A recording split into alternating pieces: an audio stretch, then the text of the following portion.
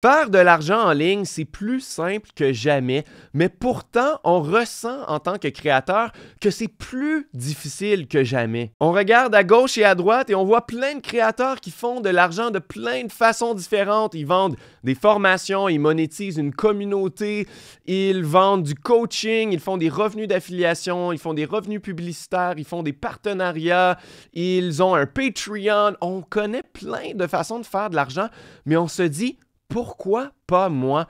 Pourquoi est-ce que moi, je n'y suis pas arrivé encore? Pourquoi est-ce que je dis que c'est rendu simple de faire de l'argent en ligne? C'est qu'on a tous les outils pour faciliter notre vie. Si on voulait vendre, par exemple, une formation en ligne, il y a 15 ou 20 ans, il fallait savoir coder. Il fallait savoir comment bâtir un site web à partir de zéro, de recevoir des paiements et même on pouvait vendre des formations en ligne dans un fichier compressé. C'était super compliqué de le faire. Il fallait avoir des compétences techniques en informatique et tout ça.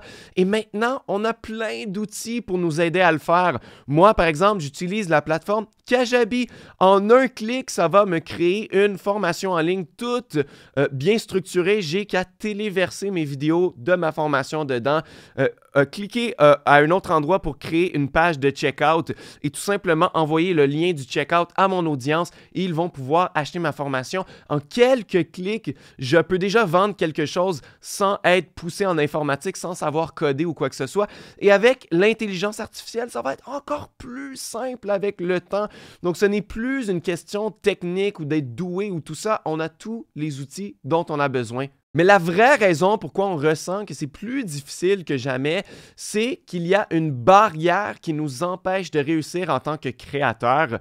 Je me suis inspiré beaucoup de Pat Flynn et de Mark Manson, qui sont des personnalités américaines. Donc, ce que je vais te dire, ça ne vient pas uniquement de toi, mais la plus grande barrière qui t'empêche de faire de l'argent facilement sur Internet, c'est le paradoxe du choix. Comme je l'ai dit au début de la vidéo, il y a tellement de façons de monétiser formation, coaching, membership, affiliation, partenariat, revenus publicitaires, Patreon et tout ça, qu'on n'en vient qu'à se dire « Je ne sais pas quoi choisir là-dedans, il y a trop d'options. » Même chose parce que ça, c'est seulement pour monétiser, mais ça prend pour acquis que tu as déjà une audience.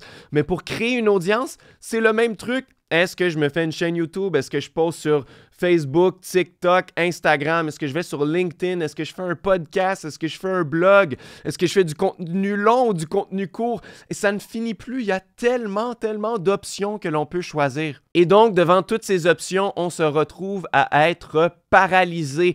Donc, la pire chose que tu peux faire, c'est de ne rien choisir parce que si tu ne choisis rien, tu as 100% de chance de ne pas réussir à faire de l'argent.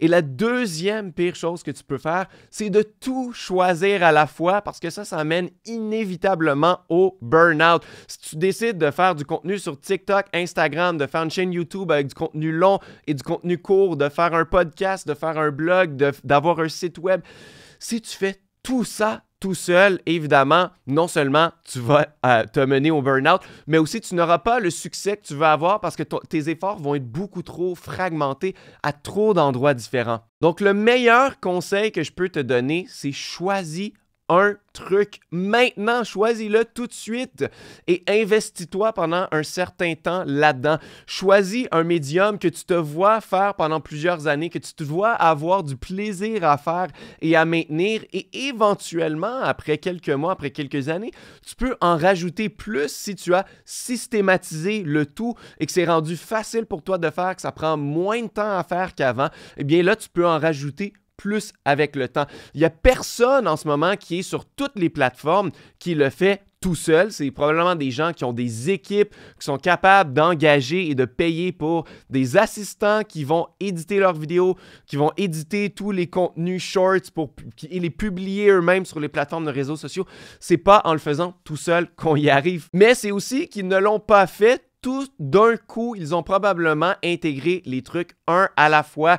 Donc, tu peux commencer et choisir, dire « Je vais faire une chaîne YouTube, je vais publier des vidéos. » pendant 1 an. Et là, si les vidéos c'est rendu plus simple et plus rapide à faire, bien là, tu peux te lancer à publier sur TikTok l'année suivante. Et l'année d'après, lorsque les TikToks sont rendus plus faciles à faire aussi, tu peux lancer ton podcast. Et rendu là, après quelques années, peut-être que tu vas faire assez d'argent pour pouvoir te permettre un assistant à temps partiel qui va éditer pour toi, t'enlever un peu de tâches de tout ce que tu as à faire pour que tu puisses te concentrer sur les tâches qui concernent tes vrais talents et où tu peux avoir la plus grande scalabilité, si on veut. Et aussi, c'est important de démarrer avec quelque chose que tu penses qui va être fun pour toi, que tu te vois faire pendant plusieurs années.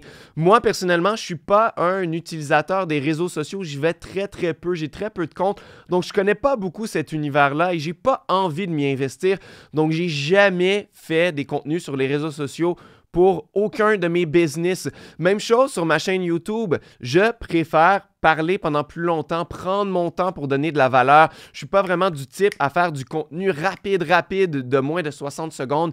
Je ne me vois pas vraiment aimer faire des YouTube Shorts. Donc, je choisis de mettre mon temps uniquement à faire des vidéos YouTube de 10 minutes et plus, de donner plus de valeur. Et si jamais mon système fonctionne bien et que j'ai envie de rajouter un podcast pour faire du contenu encore plus long et que j'ai envie d'engager un assistant qui va faire des contenus plus courts pour moi, je peux le faire, mais j'ai démarré avec un seul truc et je m'y suis donné corps et âme. Exactement la même chose pour les modèles de monétisation. Tu ne peux pas avoir un membership et des formations en ligne et des revenus publicitaires et des revenus d'affiliation et des partenariats et tout ça tout d'un coup. Ça, c'est quelque chose qui se fait année après année. Brique par brique, on rajoute des sources de revenus différentes, on rajoute des modèles différents pour faire de l'argent en ligne.